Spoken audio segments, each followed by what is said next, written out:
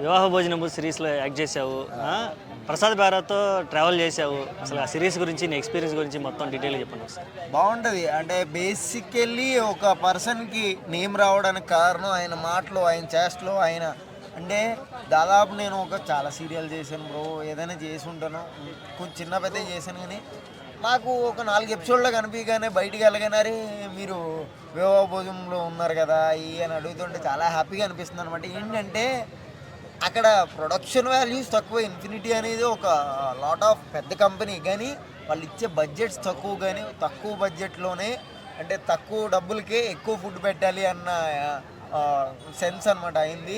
నన్ను అడిగితే దీనికి రైటరు డైరెక్టర్ అని ఎవరు ఉండరు అనమాట, అన్నీ ఇన్క్లూడ్ ఆయనే, అది అందరికీ తెలుసు.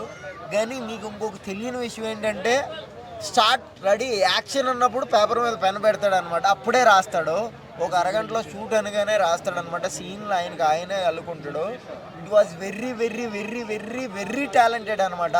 నాకైతే హార్ట్ఫుల్గా చాలా అంటే చాలా నచ్చే పర్సన్ ఎవరన్నా ఉన్నారంటే బెహ్రాన్న. ఏదో అవకాశం ఇచ్చాడని కదా బొక్క, ఆయన ఈకపోయినా కానీ ఆయనది టాలెంటెడ్, టాలెంటెడ్ అనమాట. ఒక ఫ్యామిలీ మెంబర్స్ అందరూ ఒక 10 మంది ఫ్యామిలీ, ఏజ్ లిమిట్ లేకుండా ప్రతి ఒక్కరు కూర్చుని లాట్ ఆఫ్ ఎంజాయ్ చేస్తూ ఎమోషన్ కానీ లవ్ కానీ క్యారీ కానీ అలాగే పద్ధతులు బాధ్యతలు అన్నీ ఉండే సిరీస్ ఏదైనా ఉంది అంటే హ్యాపీ డెంట్గా చూడాలి అనుకుంటే మాత్రం that is the one and only Prasad Behra.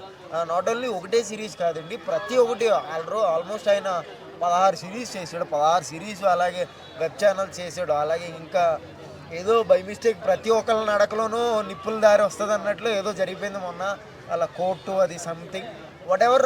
ఏదైనా కానివ్వండి, టాలెంట్ ఉన్నోడిని టాయిలెట్ వచ్చినోడిని ఎప్పటికీ ఆపలేదు అన్నట్టు ఎంతైనా కానీ రాగానే మళ్ళీ రీస్టార్ట్ చేశాడు చూసారా సిరీసు. ఐ లవ్డ్ ఇట్ అనమాట.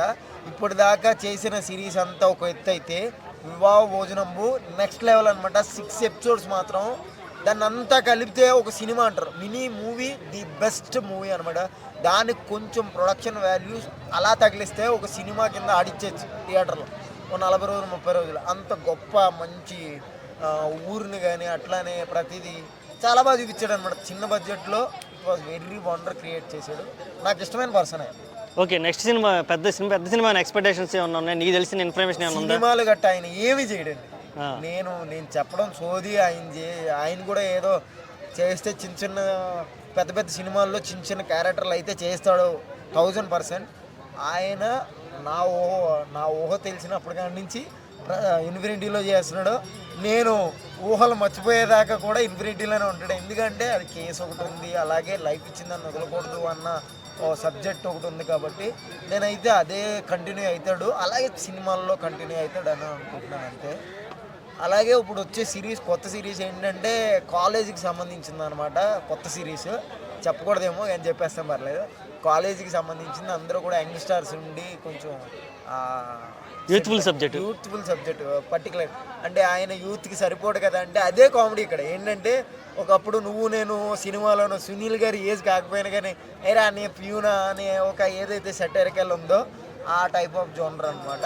ప్రతి ఒక్కరిని పర్సన్ చూసాడంటే ఇక్కడ 10 మందిని వరుసగా నుంచోబెట్టారంటే 9 మందికి పని రాదు, ఒకడికే పని వచ్చు అని నుంచుని మరి చెప్పారు. అవతలోడు బాధపడినా పర్లేదు కానీ నీకు టాలెంట్ లేదునని ముఖం మీద చెప్పే వ్యక్తి ఆయన ఒకడే. అదే కరెక్ట్ పర్సన్, అదే కరెక్ట్ నన్ను అడిగితే. ఎందుకంటే నేను చేస్తా అని దాదాపు ఒక 6 నెలల నుంచి అడుగుతున్నా. ఏ రోజు పిల్లలు రీసెంట్లీ పిలిచి ఇచ్చాడు. నేను అన్నాను అనుకో, దగ్గర 6 నెలల నుంచి అడుగుతున్నావు, ఏం వర్త్ లేదురా నీ దగ్గర అంటే నాకు కూడా బాధ అనిపిస్తుంది. ఆయనకు వర్త్ అనిపించింది కాబట్టి పిలిచాడు. అలాగే యంగ్ టాలెంట్స్ ఇంకెవరన్నా ఉన్నా కానీ పిలుస్తాడు. ఇప్పుడు నెక్స్ట్ సిరీస్ కావాలి ఆబ్వియస్లీ, ఎందుకంటే యూత్ కావాలన్నమాట. కాలేజ్ కదా, ఎక్కువ క్రౌడ్ కావాలి అంతే. ఓకేనా, థ్యాంక్ యూ సో మచ్.